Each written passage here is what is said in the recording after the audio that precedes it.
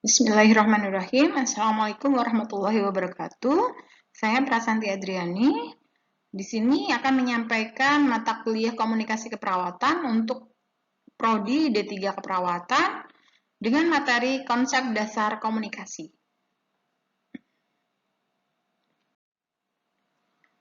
Komunikasi menurut Stewart adalah pertukaran simbol, pesan-pesan yang sama, dan informasi.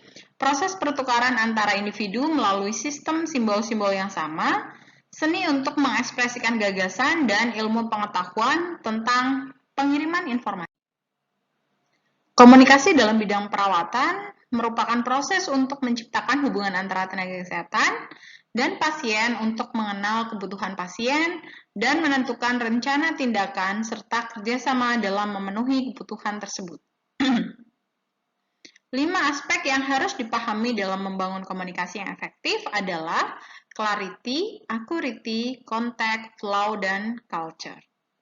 Komunikasi adalah seni penyampaian informasi, peran, atau message, ide, sikap, atau gagasan dari komunikator untuk merubah serta permohonan yang dikehendaki oleh komunikator.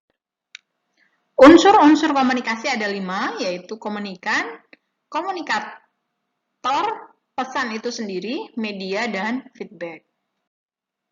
Komunikator atau pengirim pesan adalah manusia berakal budi yang berinisiatif menyampaikan pesan untuk mewujudkan motif komunikasinya.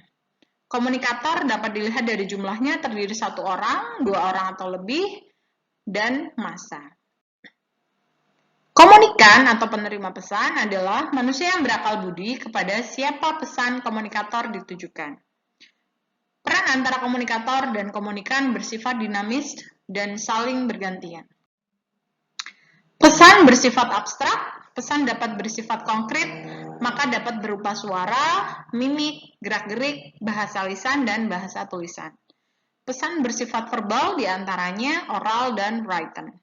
Bersifat nonverbal diantaranya gestural communication atau menggunakan sandi-sandi atau bidang kerahasiaan. Pengertian dan jenis komunikasi menurut Potter dan Perry, komunikasi terjadi pada 3 tingkatan, yaitu interpersonal, intrapersonal, dan publik. Komunikasi interpersonal adalah interaksi yang terjadi antara sedikit 2 orang atau dalam kelompok kecil, terutama dalam keperawatan. Komunikasi intrapersonal yang sehat memungkinkan penyelesaian masalah, berbagai ide, pengambilan keputusan, dan pertumbuhan personal. Menurut Porter dan Perry, Swanberg, Silacki, dan Tappen, ada 3 jenis komunikasi, yaitu verbal, tertulis, nonverbal yang dimanifestasikan secara terapeutik. Komunikasi verbal biasanya lebih akurat dan tepat waktu. Kata-kata adalah alat atau simbol yang dipakai untuk mengekspresikan ide atau perasaan, membangkitkan respon emosional atau menguraikan objek, observasi, dan ingatan.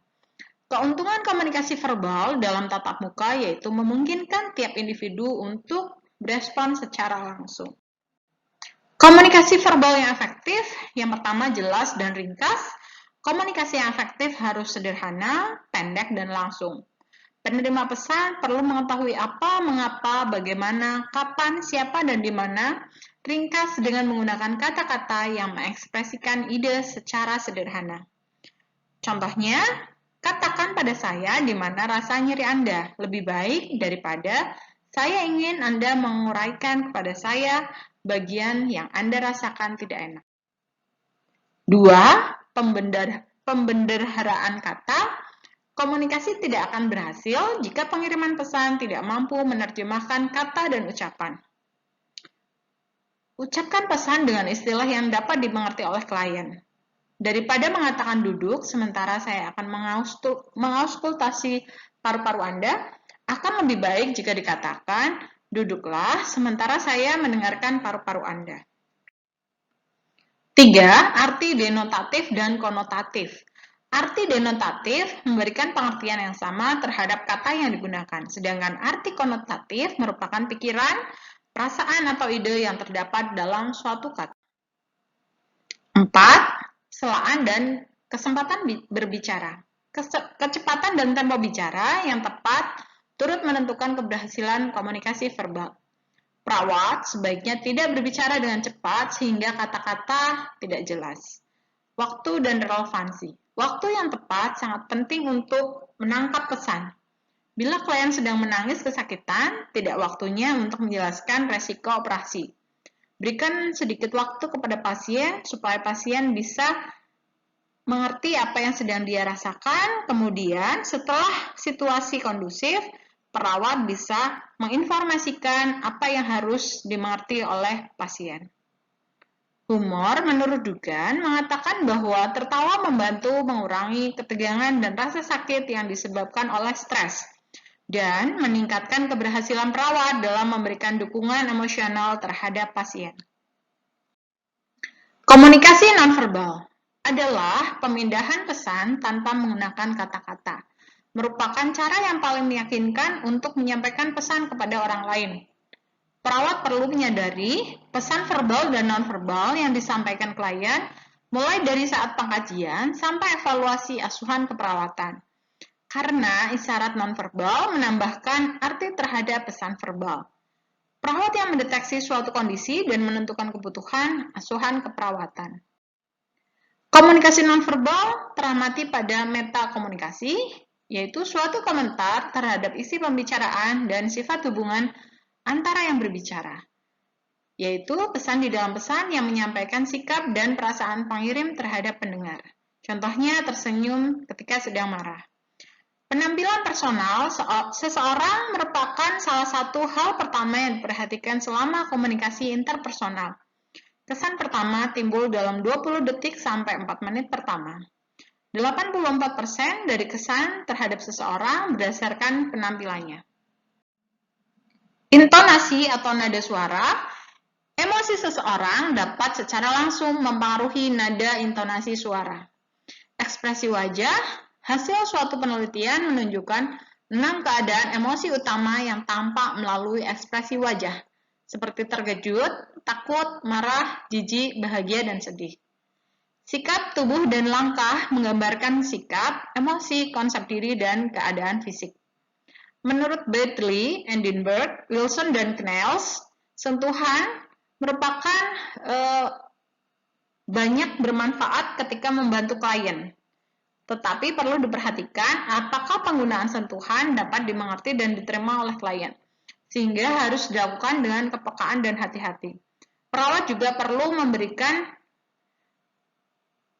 kesempatan kepada klien apabila klien atau pasien tidak ingin dilakukan kontak fisik atau sentuhan.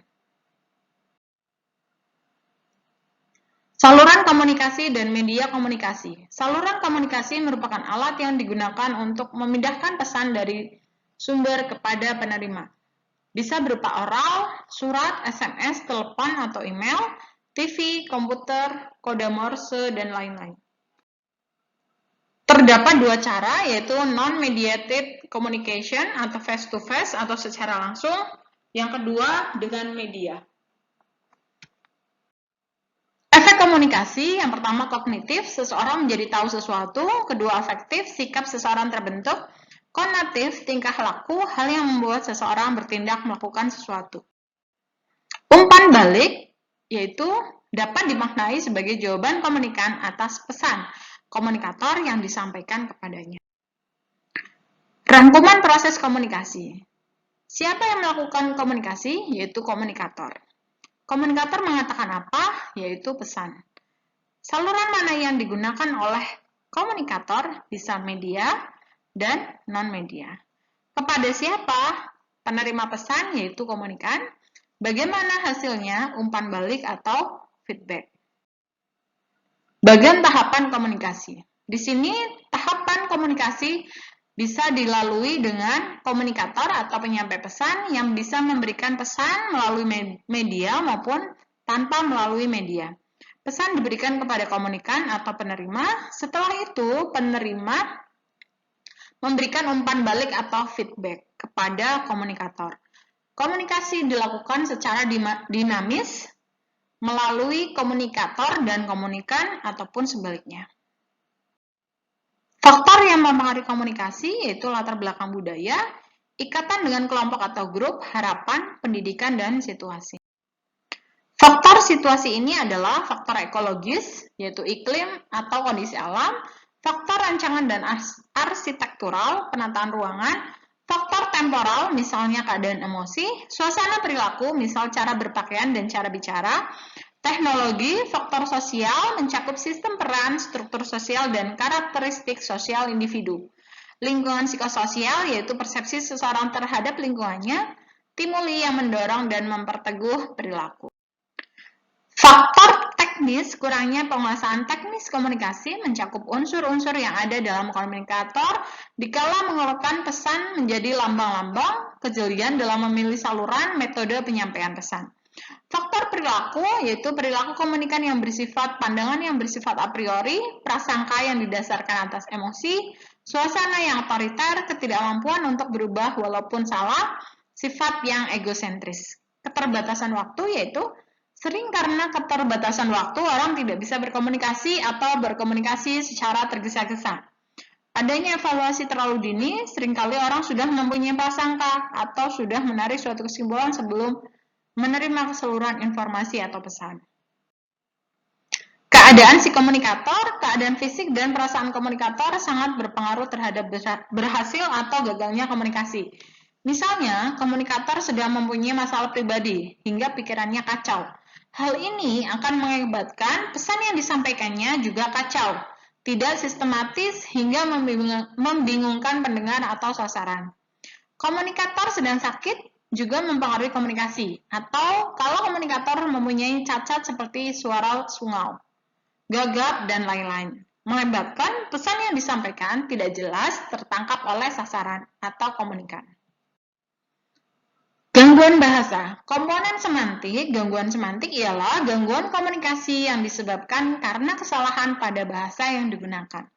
Rintangan fisik disebabkan karena kondisi geografis, misalnya jarak yang jauh, sehingga sulit dicapai, tidak adanya sarana kantor pos, kantor telepon, jalur transportasi, dan semacamnya.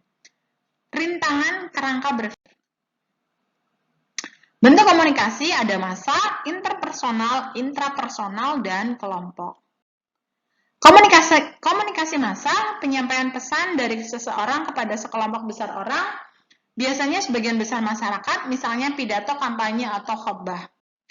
Komunikasi intrapersonal, komunikasi yang terjadi dalam diri individu, berfungsi untuk mengembangkan kreativitas imajinasi, memahami dan mengendalikan diri, serta meningkatkan kematangan berpikir sebelum mengambil keputusan. Komunikasi ini akan membantu seseorang atau individu agar tetap sadar akan kejadian di sekitarnya.